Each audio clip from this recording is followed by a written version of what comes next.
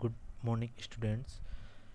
कल अपने डिस्कस किया था कि stages of psycho social and psycho sexual development, जिसके अंदर दो थ्योरीज बताई थी अपन ने, इरेक्शन थ्योरी और सिगमंड फ्रॉइड थ्योरी। आज अपना जो टॉपिक होगा वो होगा डेवलपमेंटल माइलस्टोन्स। आज अपना जो टॉपिक होगा वो क्या होगा? Developmental milestones. ठीक है। डेवलपमेंटल माइलस्टोन्स में अपन देखते हैं कि माइलस्टोन्स क्या होते हैं। माइलस्टोन्स क्या होता है?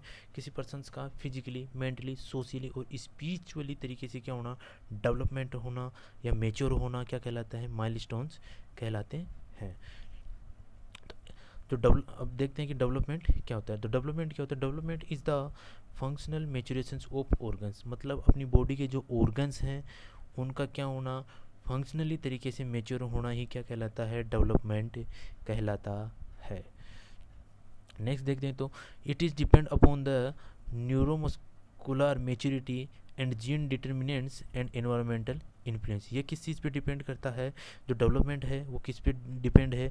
अपनी जो नर्व मसल्स हैं उसके ऊपर डिपेंड, उसकी मेच्योरिटी पे डिपेंड करता है। अपनी जो जीन्स हैं उसके ऊपर डिपेंड करता है। और अपना जो इन्वायरमेंट है उसके ऊपर क्या करता है? डेवलपमेंट डिपेंड करता है। और अगर अपनी जीन और अपना इन्वायरमेंट और जो न्यूरोमस्कुलर मेच्योरिटी होगी वो अगर गुड होगी तो अपना डेवलपमेंट भी कैसा होगा? गुड होगा। अगर ये तीनों चीज़ें क्या होगी? एबनॉर्मल होगी तो अपना जो डेवलपमेंट होगा वो भी क्या होगा? एबनॉर्मल होगा। नेक्स्ट देखते हैं तो developmental milestone accomplished by the children's at an anticipated age। एक स्पेसिफिक एज के अकॉर्डिंग क्या होता है, जो चिल्ड्रंस होते हैं वो क्या करते हैं, जो डेवलपमेंटल माइलस्टोन होते हैं उनको क्या करते हैं? अचीव कर लेते हैं। एक एज के अनुसार जिस एज में जो डेवलपमेंट होना है उस डेवलपमेंट को क्या करते हैं? वो अचीव कर लेते हैं, या वो डेवलपमेंट जो होता है उसके अंदर क्या होता है? डेवलप हो जाता है। नेक्स्ट देखते हैं तो there may be great variations in the there may be great variations of time in achievement of different level of development with extra range। मतलब जो भी डेवलपमेंट है उसको अपन जो अचीव में उसका जो अपन अचीव कर रहे हैं वो किसके ऊपर डिपेंड करेगा? जो डिफरेंट लेवल है डेवलपमेंट की उसके ऊपर डिपेंड करेगा। लेकिन जो डेवलपमेंट की जो लेवल्स जो है वो अपन जिसको अपन क्या कर रहे हैं, डिफरेंट तरीके से क्या कर रहे हैं? अचीव कर रहे हैं, उसके अंदर क्या होगा? हमेशा वेरिएशंस प्रेजेंट ही होगा। क्या होगा? हमेशा वेरिएशंस प्रेजेंट होगा। और वेरिएशन भी किसका प्रेजेंट होगा? टाइम का। टाइम का जो वेरिएशंस होगा वो क्या होगा? जो डेवलपमेंट की जो क्या है लेवल्स हैं प्राप्त करने की, उसके अंदर क्या होगा? हमेशा वेरिएशंस ही आएगा। जैसे कि एग्जांपल के तौर पे समझे, कोई बच्चा है जो 6 मंथ के अंदर जो डेवलपमेंट होना है वो क्या करेगा? उसको डेवलप करेगा। अगर अदर बच्चे को देखते हैं तो कोई बच्चा उसमें क्या लगाएगा? किसी बच्चे में अगर 7 मंथ लग रहे हैं, किसी में क्या लग जाएंगे? 6 मंथ लग जाएगा, किसी में 8 मंथ में क्या करेगा? उस चीज़ को क्या करेगा? वो डेवलप होगी। तो वो क्या होगा? एक टाइम पीरियड का क्या होगा? उसके अंदर वेरिएशंस आएगा। तो वो क्या होगा? वेरिएशंस जो होता है उसके अंदर होता है, जो टाइम पीरियड का जो वेरिएशंस होगा वो उसके अंदर हर में अलग अलग होता है। नेक्स्ट है the average achievement level in different age group of childrens up to adolescent are as follows. मतलब जो एवरेज अचीवमेंट होता है डिफरेंट एज ग्रुप के अकॉर्डिंग, मतलब जो एज ग्रुप है उसके अकॉर्डिंग क्या होता है? अपनी जो अचीवमेंट होता है डेवलपमेंट का वो होता है, वो कहाँ से कहाँ होता है? चिल्ड्रन से लेकर एडोलेसेंट तक क्या होता है? डेवलपमेंट होता रहता है। मतलब बच्चे के जन्म से लेकर बच्चे के एडोलेसेंट होने तक क्या करता है? अपने अंदर जो डेवलपमेंट होता है वो हमेशा होता रहता है। अब अपन देखते हैं क्या कि growth and development of, next topic क्या है अपना? Growth and development of childrens from infant to adolescent. मतलब इन्फेंट से लेकर एडोलेसेंट तक क्या क्या ग्रोथ होगी, क्या क्या डेवलपमेंट होगा चिल्ड्रंस के अंदर। तो अपना नेक्स्ट टॉपिक है growth and development of childrens from infant to adolescent. अब इसके अंदर फर्स्ट देखते हैं अपना, सबसे पहले क्या होता है? चिल्ड्रंस का बर्थ होते हैं उस टाइम को अपन क्या बोलते हैं? Neonate time, neonate. अब जो नियोनेट जो बेबी होगा उसके अंदर उसको क्या बोल, उसके अंदर जो डेवलपमेंट होगा वो कौन सा डेवलपमेंट होगा, किस समय कितना वेट होगा, क्या उसके अंदर डेवलपमेंट होगा, क्या नहीं होगा, वो अपन क्या करेंगे? इसके अंदर स्टडी करेंगे। तो नियोनेट होता है उसकी जो एज होती है वो मोस्ट कॉमनली कितनी होती है? बर्थ से लेकर 28 डेज, मतलब बर्थ से लेकर 28 डेज का जो बेबी होता है उसको क्या बोलते हैं अपन, नियोनेट बोलते हैं। नियोनेट की एज कितनी हो गई, बर्थ से लेकर 28 डेज तक की जो एज है वो किस में आती है, नियोनेट के अंदर आती है। इसमें देखते हैं तो इसमें फर्स्ट डेवलपमेंट कौन सा होगा, at the birth the infant at the birth infant posture is infant posture is infant at the birth infant का जो पोस्चर होता है, मतलब बॉडी की जो पोस्चर होता है वो कैसा होता है, जनरली फ्लेक्स कंडीशन में होता है। जनरली कौन सी कंडीशन में होता है, फ्लेक्स कंडीशन में होता है। When newborn baby lies in the prone position in the prone position legs are draw up and they turn the head on the side। जब इसका पता अपन कैसे लगाएंगे कि बॉडी के अंदर क्या है, फ्लेक्शन की कंडीशन प्रेजेंट है, तो अपन क्या करेंगे, जो बेबी है उसको क्या करेंगे, अपन प्रोन पोजीशन में लेटाएंगे तो बेबी के जो लेग्स हैं वो क्या होंगे, ड्रॉ अप रहेंगे, और उसके साथ साथ जो हेड वो किस साइड में रहेगा, साइड लाइन पोजीशन में रहेगा, और लेग्स जो होंगे वो क्या रहेंगे, अपने ड्रॉ अप रहेंगे। नेक्स्ट डेवलपमेंट कौन सा होगा, अपन अगर देखते हैं तो न्यूबॉर्न जो नियोनेट है उसके अंदर नेक्स्ट डेवलपमेंट कौन सा होगा, Moro reflex and tonic neck reflex are क्या रहेंगे, इसके अंदर प्रेजेंट रहेंगे। जो मोरो रिफ्लेक्स एंड जो टोनिक नेक रिफ्लेक्स होते हैं वो प्रेजेंट रहेंगे। अब बात करते हैं मोरो रिफ्लेक्स। मोरो रिफ्लेक्स क्या होते हैं, एक प्रकार से जैसे पैरासूट रिफ्लेक्स होता है उसी प्रकार से होता है। जो अपने एक टेबल होती है उसके ऊपर क्या करते हैं अपन, बच्चे को जब सुपाइन पोजीशन देते हैं तो उस दौरान क्या करता है, जो बेबी होता है जब उसको सुपाइन पोजीशन देते हैं टेबल के ऊपर, तो जो बेबी होता है, बेबी अपने हाथ और पैरों को क्या करता है, एक्सटेंड करता है, और अपनी जो साइट होती है, जो अपनी जो पोजीशन होती है उसको चेंज करने की कोशिश करता है, तो कौन सा रिफ्लेक्स होता है, मोरो रिफ्लेक्स होता है। नेक्स्ट है टोनिक नेक रिफ्लेक्स। अब नेक्स्ट है अपने टोनिक नेक रिफ्लेक्स। टोनिक नेक रिफ्लेक्स में क्या होता है कि जो बेबी होता है उसको अपन क्या करेंगे, सुपाइन पोजीशन में लेटाएंगे। सुपाइन पोजीशन में लेटाने के ना अपन क्या करेंगे, उसको सडनली क्या करेंगे, टर्न करते हैं। सडनली अपन जब उसको टर्न करते हैं तो जिस साइड में अपन ने उसको टर्न किया उस साइड के लेग और हैंड क्या करेंगे, उसको सपोर्ट प्रोवाइड करने के लिए क्या हो जाएंगे, फ्लेक्स एक्सटेंस कंडीशन में रहेंगे, और जो अपोजिट साइड के जो हैंड और जो लेग्स रहेगा वो क्या होगा, फ्लेक्स कंडीशन में रहेगा। तो वो कौन सा रिफ्लेक्स होगा, टोनिक नेक रिफ्लेक्स कहलाएगा। नेक्स्ट कौन सा डेवलपमेंट होगा, नेक्स्ट देखते हैं तो जो डीग्लूटिनेशन रिफ्लेक्स जो होते हैं वो क्या रहेंगे, उसके अंदर प्रेजेंट रहेंगे। अब डीग्लूटिनेशन रिफ्लेक्स में क्या कहते हैं, sucking reflex, rooting reflex, swallowing reflex क्या होंगे बेबी के अंदर प्रेजेंट रहेंगे। सकिंग का मतलब ब्रेस्ट फीडिंग करेगा तो सक करेगा, रोटिंग का मतलब अपने अंदर स्वेलोइंग रिफ्लेक्स रहेगा, और रोटिंग रिफ्लेक्स उसके अंदर प्रेजेंट रहेगा। तो वो रिफ्लेक्स क्या होंगे उसके अंदर, the sucking reflex, rooting reflex and swallowing reflex क्या होंगे उसके अंदर प्रेजेंट रहेंगे। इसमें देखते हैं तो सकिंग रिफ्लेक्स कौन सा होता है, जब ब्रेस्ट फीडिंग करवाते हैं तो उस दौरान जो बेबी सक करता है वो सकिंग रिफ्लेक्स होता है। रूटिंग रिफ्लेक्स क्या होता है, कुछ भी ऑब्जेक्ट अपन जब बच्चे की जो लिप्स होती है उसके जस्ट नियर में जो कॉर्नर होता है उसको टच करते हैं तो बेबी उसी साइड में क्या करता है, टर्न होता है, तो वो कौन सा होगा, रूटिंग रिफ्लेक्स होगा। स्वेलोइंग मतलब जो माउथ के अंदर जो परसेंट उसको क्या करे, स्वेलो करे, तो वो रिफ्लेक्स क्या होगा, बेबी के अंदर परसेंट होगा, न्यूनेट के अंदर। नेक्स्ट देखते हैं तो नेक्स्ट क्या है, at the time of birth के दौरान क्या होता है, जो बेबी का जो हेड सरकमफेरेंस होता है वो हमेशा क्या होता है, लार्ज होता है, किसकी तुलना में, चेस्ट सरकमफेरेंस की तुलना में। मतलब देखा जाए तो हेड सरकमफेरेंस होगा वो क्या होगा, ज़्यादा होगा, किसकी तुलना में, चेस्ट सरकमफेरेंस की तुलना में। जब आपको ग्रोथ के जो पैरामीटर्स हैं वो पढ़ाए गए थे तो उसमें बताया गया था कि जो हेड सरकमफेरेंस होता है वो कितना होता है, 33 से 35 सेंटीमीटर होता है। न्यूनेट का जो हेड सरकमफेरेंस होता है वो कितना होता है, 30 से 35 सेंटीमीटर होता है। जबकि जो चेस्ट सरकमफेरेंस देखते हैं अपन तो वो कितना होता है, 30 से 32 सेंटीमीटर क्या होते हैं, जो 2 सेंटीमीटर्स क्या होते हैं, सेंटीमीटर उसका क्या होता है, डायमीटर होता है। तो इस दौरान क्या होता है, जो बेबी का जो हेड होता है वो क्या होता है, लार्ज होता है, किसकी तुलना में, चेस्ट की तुलना में। 2 से 3 सेंटीमीटर क्या होता है, लार्ज होता है चेस्ट की तुलना के अंदर।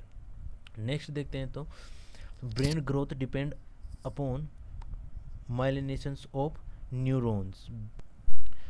जो ब्रेन्स की जो ग्रोथ है वो किसके ऊपर डिपेंड करेगी, जो न्यूरॉन्स की जो माइलिनेशंस होता है, न्यूरॉन्स का जो मेचुरेशंस होता है उसके ऊपर क्या करेगी, ब्रेन की जो ग्रोथ है वो डिपेंड करेगी। जितने न्यूरॉन्स की जो माइलिनेशंस होंगे या जितना न्यूरॉन्स जो होगा मेच्योर होगा, उतना ही ब्रेन क्या होगा अपना मेच्योर होगा।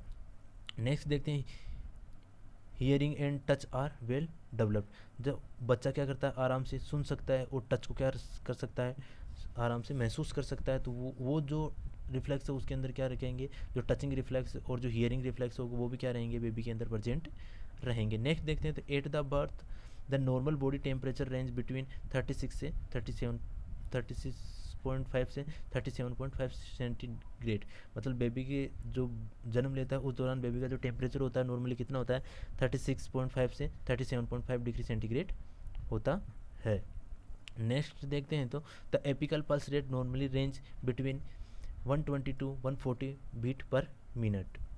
अब देखते हैं, तो एपिकल पल्स कौन सी होती है, जो अपन डायरेक्टली हार्ट से जो पल्स लेते हैं वो कौन सी पल्स होती है, एपिकल पल्स होती है। जो एपिकल पल्स की नॉर्मल रेंज देखते हैं तो नियोनेट के अंदर कितनी होती है, 120 से 140 बीट पर मिनट क्या होती है, एपिकल पल्स की नॉर्मल रेंज होती है। नेक्स्ट देखते हैं, तो respiratory rate range between 30 to 60 breath per minute. मतलब जो रेस्पिरेशन रेट होगी वो कितनी होगी, 30 से 60 ब्रीथ पर मिनट। मतलब एक मिनट के अंदर 30 से लेकर 60 जो ब्रीथ है वो लेगा बच्चा। तो नॉर्मली जो न्यूनेट होता है उसकी रेस्पिरेटरी रेट कितनी होगी, 30 से 60 ब्रीथ पर मिनट होती है। नेक्स्ट देखते हैं, तो इसकी जो बीपी होती है नॉर्मली, जो ब्लड प्रेशर होता है वो कितना होता है, 60/80 60/40 mm ऑफ Hg।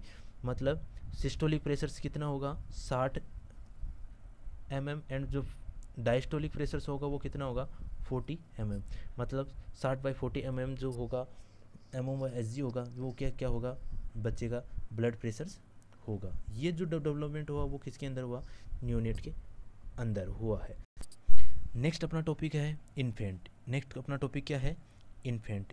न्यूनेट के अंदर जो डेवलपमेंट थे वो क्या है, हो चुके हैं। नेक्स्ट अपना टॉपिक क्या है, इन्फेंट। नेक्स्ट अपना टॉपिक क्या है, इन्फेंट। अब इन्फेंट में कौन कौन से डेवलपमेंट होते हैं, जो इन्फेंट की एज होती है वो कितने कौन सी होती है, 1 मंथ से लेकर 1 ईयर की जो एज होती है। वैसे देखा जाए तो जो 28 ईयर तक को क्या बोल, 28 डेज तक के जो पर्सन था उसको क्या बोल रहे थे अपन, न्यूनेट बोल रहे थे। अब न्यूनेट के बाद में क्या था, इन्फेंट। इन्फेंट की एज कितनी बताई गई है, 1 मंथ से लेकर 1 ईयर, या कितनी हो सकती है, 28 डेज से लेकर 29 डेज से लेकर 1 ईयर तक की जो एज होगी वो किसकी होगी, इन्फेंट की होगी। अब इसको भी अपन ने क्या किया, फर्दर मंथ्स के अंदर अलग अलग डिवाइड किया है कि 1 से 3 मंथ में कौन से ग्रोथ एंड डेवलपमेंट होगा, 3 से 6 मंथ में कौन कौन से ग्रोथ एंड डेवलपमेंट होंगे। तो फर्स्ट देखते हैं अपन 1 से 3 मंथ के अंदर जो बेबी है उसके अंदर कौन कौन से डेवलपमेंट होंगे।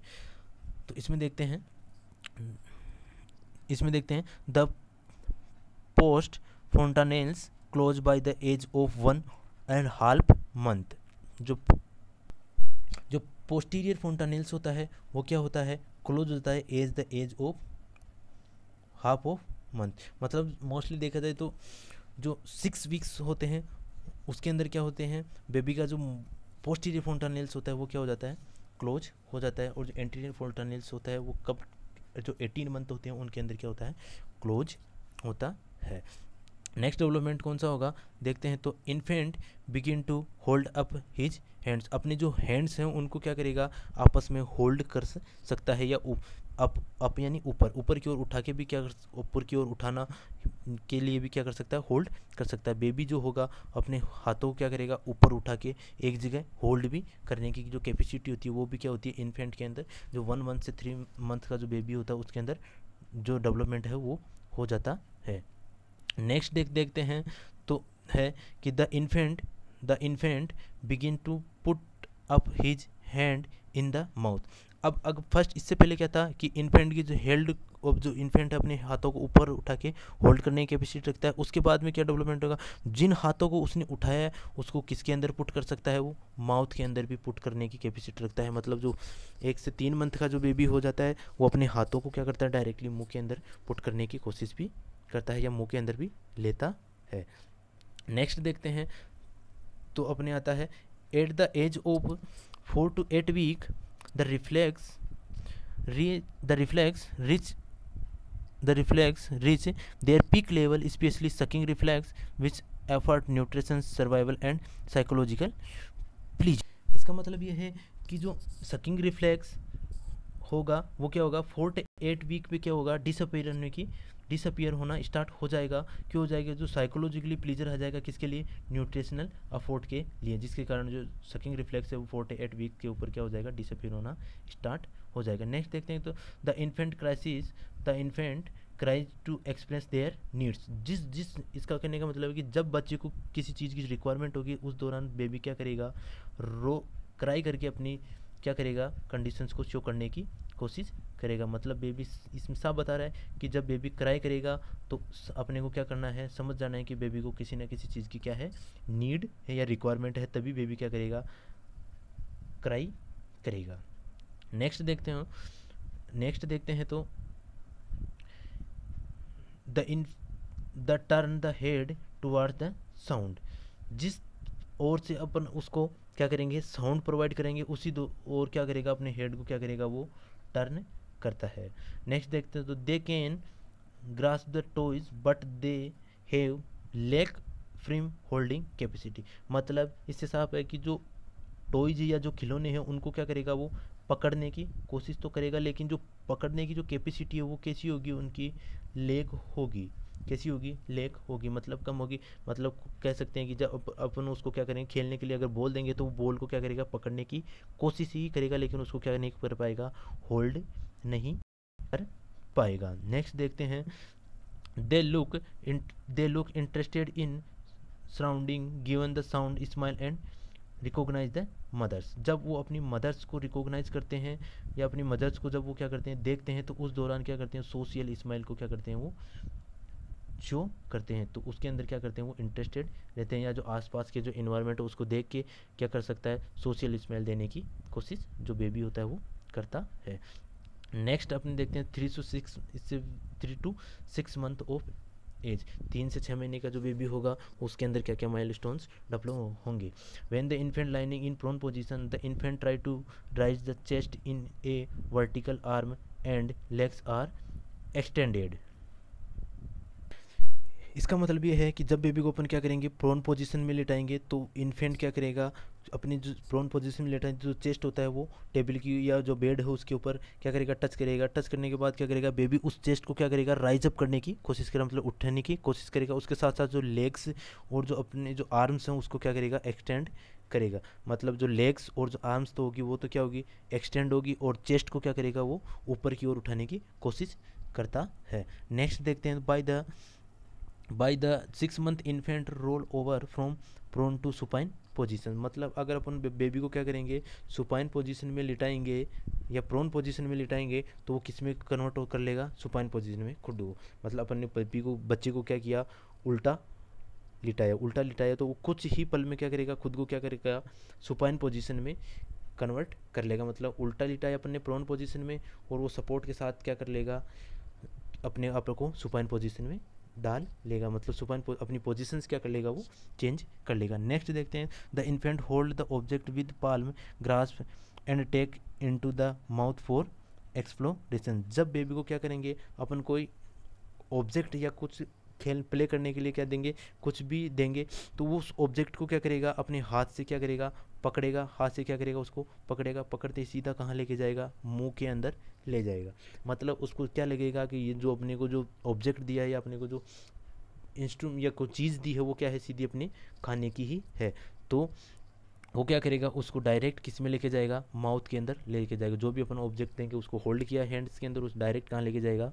माउथ के अंदर लेके जाएगा। नेक्स्ट देखते हैं तो इन्फेंट रिकॉग्नाइज द पेरेंट्स और हिज वॉइस। मतलब जो पेरेंट्स है उसकी जो वॉइस है उसको क्या करेगा? आराम से पहचान सकता है। जो बेबी होगा वो आराम से क्या करता है? उसको पहचान लेगा। नेक्स्ट देखते हैं तो at the age of 6 month the teeth may be erupt first lower incisor. जो फर्स्ट लोअर इंसीजर्स होते हैं वो क्या होते हैं?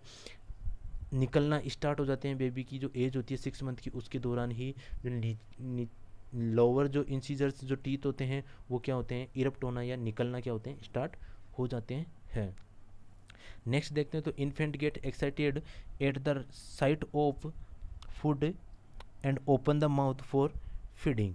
इसका कहने का मतलब ये है कि जो बेबी होगा वो क्या रहेगा, एक्साइटेड रहेगा किसी के लिए, फूड के लिए, और अपना माउथ क्या होगा, हमेशा ओपन रखेगा किस की, ताकि वो क्या कर सके, कोई भी उनको क्या कर सके, फीड प्रोवाइड कर सके, उस चीज़ के लिए वो क्या रहेगा, एक्साइटेड रहेगा। नेक्स्ट देखते हैं, तो 6 मंथ टू 9 मंथ का जो बेबी है उसके अंदर क्या क्या डेवलपमेंट होंगे। During this period infant turn from supine to prone position, can be sit without support and attempt to cramp.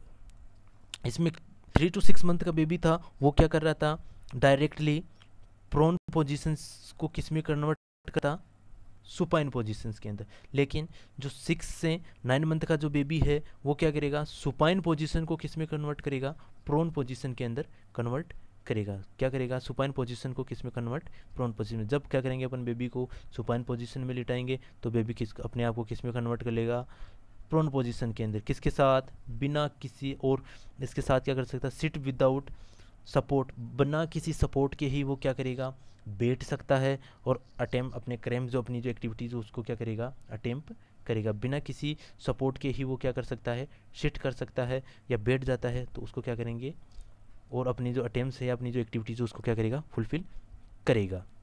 Next है, by the age they can start stand with support.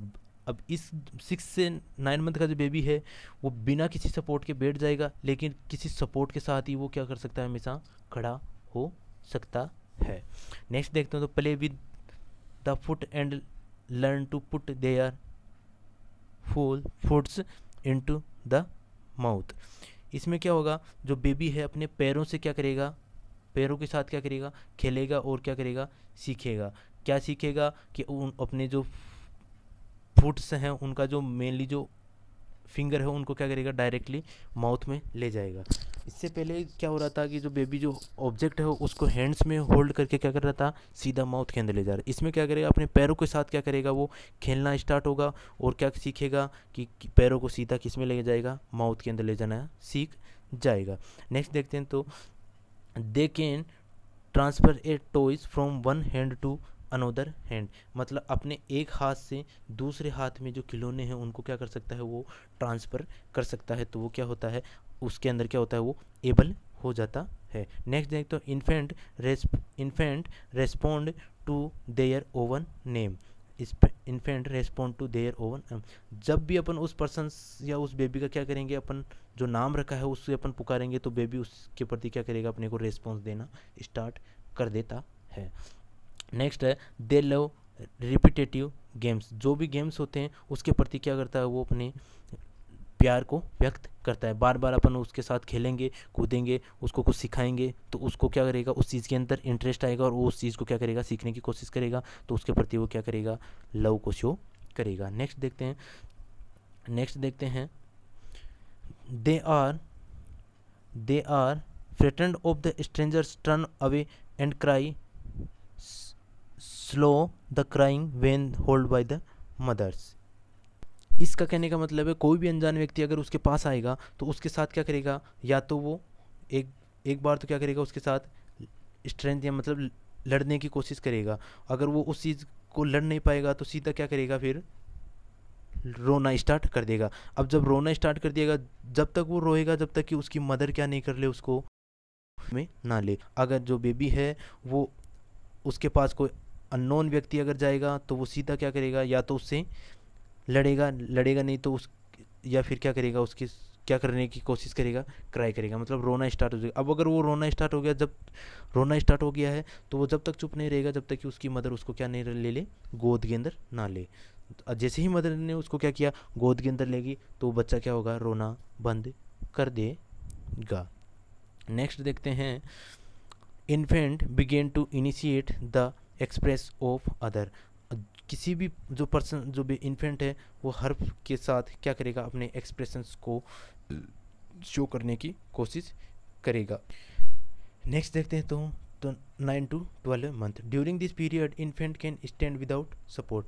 इससे पहले तो किसी सपोर्ट के साथ खड़ा हो रहा था, लेकिन 9 मंथ से 12 मंथ का जो बेबी होगा वो क्या बिना किसी सपोर्ट के ही क्या हो सकता है, खड़ा हो सकता है। इसके बाद में देखते हैं, they release an object to another persons on request. जब कोई पर्सनस है उसको क्या करेगा, कोई भी पर्सनस है किसी ऑब्जेक्ट को क्या करेगा, रिलीज करने के लिए बोलेगा या अपने को लेने के लिए बोलेगा, तो उसको क्या कर देगा, वो रिलीज कर देगा। मान लो कोई बेबी है, उसको अपन ने क्या दी, खेलने के लिए बॉल दी, और अपन ने उसको क्या कहा कि वो बॉल जो है मेरे पास फेंको, तो वो क्या करेगा, उस बॉल को वो अपने द्वारा क्या करेगा, फेंकेगा, मतलब अपने हाथों से क्या कर देगा, उसको रिलीज कर देगा, किसके अकॉर्डिंग, रिक्वेस्ट के अकॉर्डिंग। नेक्स्ट देखते हैं, तो they try to feel themself and can drink from cup. मतलब वो अपने आप को क्या करेगा, ऐसा डेवलप करेगा, फील करेगा कि वो क्या कर सकता है, कप के द्वारा पानी या कुछ भी क्या कर सकता है, ड्रिंक कर सकता है या पी सकता है। नेक्स्ट देखते हैं, infant can speak two word with meaning.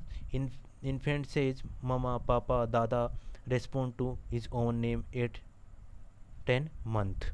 इसमें क्या होगा, जब बेबी 10 मंथ का हो जाएगा, उस दौरान माँ का नाम, दादा का नाम, पिता का नाम, तो मतलब जो कुछ वर्ड्स हैं उनको क्या करेगा, रिपीट करता रहेगा, जैसे मम्मा, दादा, पापा, मामा, तो उनको क्या करेगा, वो रिपीट करेगा या बोलना स्टार्ट करेगा। At the age of 6 to 8 teeth में अपीयर। जो बेबी 6 से 8 मंथ का हो जाएगा, उस दौरान जो टीथ हैं वो क्या होंगे, अपीयर होने लग जाएंगे। इस दौरान क्या होगा, जब बेबी इस एज के अकॉर्डिंग क्या होगा, बेबी के 6 से 8 जो टीथ होते हैं वो क्या होना स्टार्ट हो जाएंगे। मतलब जो फ्रंट के जो इंसीजर्स होते हैं, 4 अपर, 2 अपर एंड 2 लोअर, इसके अलावा जो साइड के जो टीथ होते हैं वो क्या होना, विजिबल होना स्टार्ट हो जाते हैं। नेक्स्ट देखते हैं, तो they develop an ability to show emotion such as fear, anger, jealousy and anxiety. ये कुछ एबिलिटीज होती है, वो उनको क्या करता है, वो शो करता है, जो इमोशंस होते हैं उनको क्या करता है, वो शो करना स्टार्ट हो जाता है। जैसे फियर है, एंगर है, ज्वेलसी है, उनको क्या करेगा, वो शो करना स्टार्ट कर देगा। अब देखते हैं कि जो इन्फेंट है उसके अंदर साइकोलॉजिकली, ये तो क्या थे, ग्रोथ थी, अब साइकोलॉजिकली डेवलपमेंट क्या क्या होगा। Psychology according to the Erikson, the psychologically development in infant is trust and mistrust. Psychology जो इरिक्सन है उसकी साइकोलॉजिकल साइकोसेक्सुअल डेवलपमेंट के अंदर अकॉर्डिंग, सॉरी इमोशनल डेवलपमेंट के अकॉर्डिंग कौन से होंगे, ट्रस्ट एंड मिसट्रस्ट क्या होगा उसके अंदर डेवलप होगा। जो ट्रस्ट है एंड जो मिसट्रस्ट है उसके अंदर क्या होगा, डेवलप हो जाएगा। नेक्स्ट देखते हैं, तो from the age birth to 1 year children begin to learn an ability to trust on another based upon the consistency of their caregiver। मतलब कहना ये चाह रहा है इस लाइन का मतलब ये है कि बर्थ से लेकर 1 ईयर तक जो बेबी है उसको जो केयर दे रहा है उसके प्रति उसका क्या होता है, ट्रस्ट क्या हो जाता है, डेवलप हो जाता है। नेक्स्ट देखते हैं, तो the trust developed successfully the child gain confidence and security. जो जैसे ही कम्प्लीटली तरीके से उसके अंदर जो बेबी है उसके अंदर ट्रस्ट डेवलप हो जाएगा, तो वो क्या हो जाएगा, कॉन्फिडेंस हो जाएगा, अपनी सिक्योरिटी और अपने आपके ऊपर उसको क्या हो जाएगा, कॉन्फिडेंस हो जाएगी, वो क्या कर सकते हैं, अपनी सुरक्षा कर सकते हैं, कि जो केयर गिवर है वो अपनी क्या करेगा, आराम से सुरक्षा कर सकता है। तो मतलब उनको क्या हो जाता है, उनके ऊपर कॉन्फिडेंस हो जाता है कि अपने को क्या करेंगे, सिक्योर कर सकते हैं। नेक्स्ट देखते हैं, when threatened unsuccessful competitions to this stage can result in a inability of trust and there a sense of inability about the innocent। इस दौरान क्या होगा, अगर कोई भी ऐसी कंडीशन है उसमें क्या हो रहा था कि जो बेबी को जो केयर दे रहा था उस पर उसको कंप्लीट तरीके से हो रहा, ट्रस्ट हो रहा, अगर कुछ ऐसी कंडीशन हो जाए जिसके कारण वो क्या करे, उसके ऊपर ट्रस्ट नहीं कर पाए, मतलब कहने का मतलब कुछ ऐसी कुछ घटना हो जाए जिसके कारण वो उस पर क्या नहीं कर पाएगा, ट्रस्ट नहीं कर पाए, और उसके दौरान उसके अंदर क्या डेवलप हो जाएगा, sense of inability to trust, मतलब मिसट्रस्ट की जो कंडीशन हो कि उसके अंदर क्या होगी, डेवलप हो जाए। ये उस दौरान उसको क्या फील होगा कि वो क्या है, इस पर्सन के साथ क्या है, वो इनसिक्योर है, वो पर्सन उसको क्या नहीं कर पाएगा, सिक्योरिटी प्रोवाइड नहीं कर पाएगा, तो उसके प्रति क्या हो गया, उसका मिसट्रस्ट डेवलप हो जाएगा। तो के लिए अपन इतना ही पढ़ेंगे।